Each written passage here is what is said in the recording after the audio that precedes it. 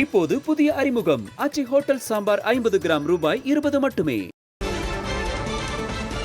தேசிய ஜனநாயக கூட்டணியில் இணைந்திருக்கிறது அமமுக. டிடிவி தினகரன் தற்பொழுது பாஜக தமிழக தேர்தல் பொறுப்பாளர் பியூஷ் கோயலை சந்தித்திருக்கிறார். விவரங்களோடு இணைந்திருக்கிறார் செய்தியாளர் விக்னேஷ் முத்து. தற்பொழுது அமமுக அதிகாரப்பூர்வமாக தேசிய ஜனநாயக கூட்டணியில் இணைவதாக சொல்லியிருக்கிறது. என்ன விவரம்? வருகிற சட்டமன்ற தேர்தலுக்காக பாரதிய ஜனதா கட்சி தமிழகத்தில் வலுவான கூட்டணியை அமைக்கும் நோக்கில் அடுத்தடுத்து இந்த தேசிய ஜனநாயக கூட்டணியில் புதிய கட்சிகளை உள்ளே கொண்டு வருகிறது. அதற்காக மத்திய தொழில்துறை அமைச்சரும் பாரதிய ஜனதா கட்சியின் சட்டமன்ற தேர்தல் பொறுப்பாளருமான பியூஷ் கோயல் 3 நாள் பயணமாக நேற்று இரவு சென்னை வந்தார். தொடர்ச்சியாக அடுத்தடுத்து பாஜக நிர்வாகிகளுடன் ஆலோசனை மேற்கொண்டு வரக்கூடிய நிலையில் தற்பொழுது சென்னை நுங்கம்பாக்கத்தில் இருக்கக்கூடிய தனியார் நட்சத்திர விடுதியில் பியூஷ் கோயல், மத்திய இணையமைச்சர் டாக்டர் எல் முருகன், பாஜகவுடைய மாநில தலைவர் நைனா நாகேந்திரன், தேசிய மகளிர் அணி தலைவர் வானதி சீனிவாசன் உள்ளிட்டோருடன் அம்மா மக்கள் முன்னேற்ற கழகத்தின் பொதுச் செயலாளர் டிடிவி தினகரன் மற்றும் அமமுக முன்னேற்ற கழகத்தின் நிர்வாகிகள் தற்பொழுது சந்தித்து இந்த கூட்டணியில், அதாவது தேசிய ஜனநாயக கூட்டணியில் புதிதாக இணைக்கப்பட்டிருக்கிறது. ஏற்கனவே இந்த கூட்டணியில் இருந்தாலும் அவர்கள் சில சஞ்சலம் காரணமாக இந்த கூட்டணியில் இருந்து விலகினார்கள். தற்பொழுது மீண்டும், அதாவது தமிழகத்தை பொறுத்தளவு திமுகவை வீழ்த்தும் நோக்கில் இந்த கூட்டணி மீண்டும் உருவாக்கப்பட்டிருப்பதாக டிடிவி தினகரன் மற்றும் பியூஷ் கோயல் உள்ளிட்டோர் தெரிவித்திருக்கிறார்கள். அவருக்கான தொகுதி, எத்தனை தொகுதிகள் இன்று வெளியிடப்படும், ஒதுக்கீடு செய்யப்படும் என்பது இன்னும் சற்று நேரத்தில் தெரிய வரும்.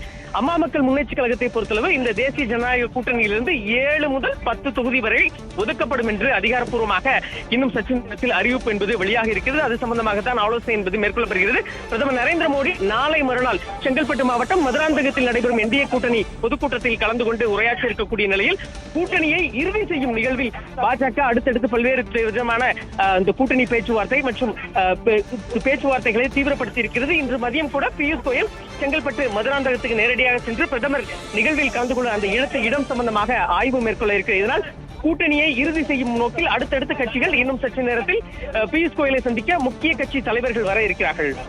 கார்த்திகா. விக்னேஷ் முத்து, நீங்கள் சொன்னது போலவே நாளை மறுநாள் மோடி வருவதற்குள்ளாக கூட்டணிகளை இறுதி செய்ய வேண்டும் அப்படிங்கிற முனைப்பில் கட்சிகள் இருக்கின்றன. அந்நிலையில ஏற்கனவே தற்பொழுது வரை அதிமுக, பாஜக, அன்புமணியின் பாமக, அமமுக உள்ளிட்ட கட்சிகள் அதிகாரப்பூர்வமாக தங்களுடைய கூட்டணி நிலைப்பாடை சொல்லியிருக்கிறாங்க. அடுத்தடுத்து என்ன நகர்வுகள் இருக்கும்? நிச்சயமாக ஏற்கனவே இந்த தமிழகத்தை பொறுத்தளவு இந்த தேசிய ஜனநாயக கூட்டணிக்கு எடப்பாடி பழனிசாமி தான் தலைமை வகிப்பார் என ஏற்கனவே திட்டவட்டமாக தெரிவிக்கப்பட்டிருக்கிறது.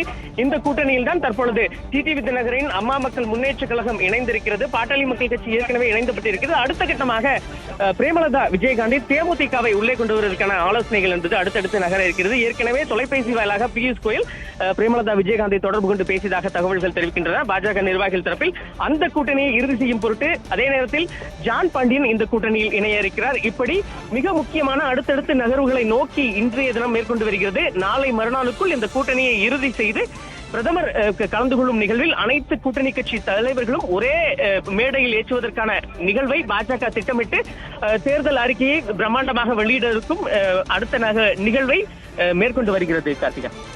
விக்னேஷ் முத்து, ஏற்கனவே இந்த கூட்டணியிலிருந்து பிரியும் பொழுது அமமுக பொதுச் செயலர் டிடிவி தினகரன் எடப்பாடி பழனிசாமி முதல்வராக அங்கம் வகிக்கக்கூடிய அந்த கூட்டணியில் நான் அங்கம் வகிக்க மாட்டேன் என்று சொல்லியிருந்தாரு. தற்பொழுது எங்களுக்குள் இருப்பது பங்காளி சண்டை மட்டுமே அப்படிங்கிற கருத்தை சொல்லி திமுகவும் இணைஞ்சிருக்கிறாரு.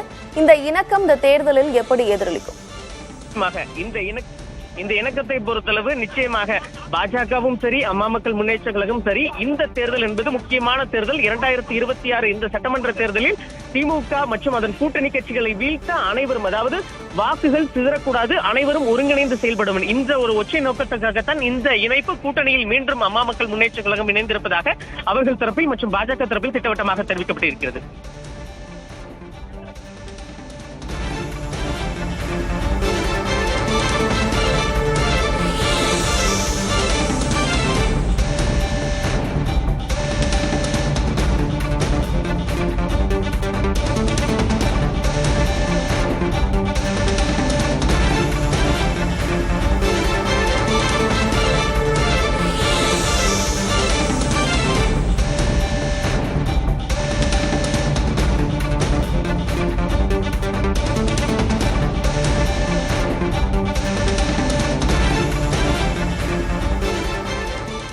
இப்போது புதிய அறிமுகம் ஆச்சி ஹோட்டல் சாம்பார் 50 கிராம் ரூபாய் 20 மட்டுமே.